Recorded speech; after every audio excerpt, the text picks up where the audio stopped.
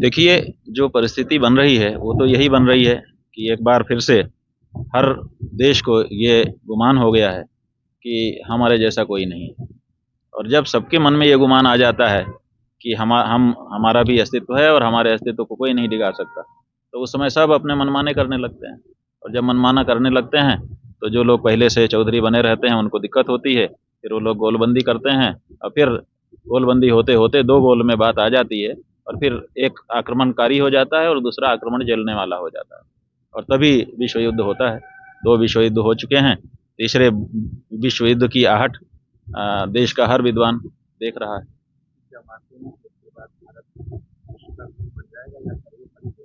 देखिए, गुरु बनने की तो बात नहीं है। गुरु बनने के लिए पहले गुरुत्व अपने अंदर आना चाहिए। जो व्यक्ति गुरु बन रहा है उसके अंदर पहले गुरुत्व आए तब तो दूसरे का गुरु बनेगा। मैं गुरु हूँ ऐसा पहले मुझे तो अभिमान आए। आज तो भारत को ये अभिमान ही नहीं है। आज भारत भारत की चीज़ों पे गर्व नहीं करता है, अपनी चीज़ों पे। आज तो भारत जगत चेला है असल में। यहाँ कुछ भी बनाना होता है तो तुरंत एक डेलीगेशन भेजा जाता है विदेश के, जाओ वहाँ देख के आओ, जैसा वहाँ है वैसा बनाओ। आज तो हम हर चीज़ के लिए परमुखापेक्षी हो गए हैं। तो हम अभी अपनी चीज़ों पे गौर ही नहीं कर रहे हैं। हम लोग काशी में थे, काशी के विकास के लिए भारत के प्रधानमंत्री ने सोचा तो वहाँ का डेलीगेशन भेजा गया कि जाओ क्योटो देख के आओ, क्योटो जैसा बनाना है। अरे काशी को काशी जैसा क्यों नहीं बनाना?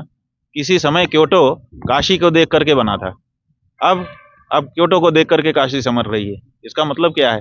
इसका मतलब है कि जिस समय क्योटो काशी जैसा बनना चाहता था उस समय हम विश्वगुरु थे और आज हम क्योटो जैसा बनना चाहते हैं। इसका मतलब हम क्योटो चेला हैं। इस समय हम जगत चेला बन चुके हैं जी, जगत गुरु नहीं। विश्वगुरु की तो बात ही है केवल। इस समय हमारी दृष्टि अपनी चीज़ों पे गर्व की है ही नहीं। हम भारतीय संस्कृति को पीछे छोड़ चुके हैं, हम भारतीय इतिहास को पीछे छोड़ चुके हैं, भारतीय भूगोल को पीछे छोड़ चुके हैं।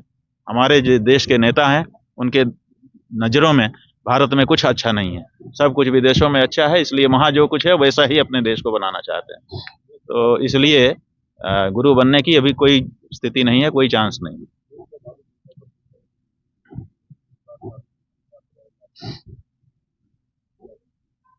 नहीं, साधु संत तो देखिए निर्भय होकर के भगवान पे भरोसा रख करके लोकहित के लिए निरंतर परिभ्रमण कर रहे हैं। अब उनके ऊपर जो भी परिस्थिति आती है वो भगवान की दी हुई परिस्थिति मान करके वो उसमें चलते हैं। इतने आक्रमण हो रहे हैं, जो शारीरिक दैहिक आक्रमण है वो तो दूर, उसके अलावा बौद्धिक कितने आक्रमण हो रहे हैं, चारित्रिक कितने आक्रमण हो रहे हैं। हर तरह के आक्रमण को साधु समाज झेल रहा है, लेकिन स्वभाववश लोक कल्याण के लिए अभी भी संचरण कर रहा है, तो करता रहेगा। भारत की जनता के लिए हमारा यही कहना है कि हे भारत की जनता, तुम एक स्वर्णिम अतीत वाले देश के बालक हो। अपना इतिहास उठाओ, पढ़ो, उसको दूसरों को कहने से फेंक मत दो। तुम्हारे यहाँ ज्ञान जो संग्रहित है तुम्हारे पूर्वजों के द्वारा, ऐसा कहीं दूसरे देशों में नहीं है। तुम्हारे पास बहुत बड़ी थाती है, तुमने उसकी तरफ से मुख मोड़ लिया है, इसीलिए तुम न घर के हो रहे हो न घाट के हो रहे हो। तो सबसे पहले तो अपनी विरासत को संभालो, अपने ज्ञान ध्यान को आत्मसात करो, ताकि तुम्हारा जो आत्मविश्वास है वो फिर से निकल करके आए। और दूसरे, संस्कृति के बारे में, धर्म के बारे में जो विशेषज्ञ हैं उनकी बात सुनो। ये राजनेता जो है वो किसी चीज़ के विशेषज्ञ नहीं है, राजनीति के भी विशेषज्ञ असल में नहीं है वो। क्योंकि कोई भी राजनेता बनने के लिए कोई क्वालिफिकेशन ही तय नहीं है। आज धर्माचार्य बनने के लिए, कुछ भी बनने के लिए एक क्वालिफिकेशन है। छोटा सा नौकरी भी चाहिए तो उसके लिए भी क्वालिफिकेशन है। राजनेता बनने के लिए कोई क्वालिफिकेशन नहीं है। राजनीति शास्त्र भी आपने डिप्लोमा भी किया हो 1 साल का, ऐसा भी उन्होंने अनिवार्य नहीं किया है। कोई भी हो, आ जाओ बस बन जाओ। तो ऐसी परिस्थिति में जो राजनेता हैं वो किसी विषय के विशेषज्ञ नहीं हैं, इसलिए उनके पीछे मत जाओ।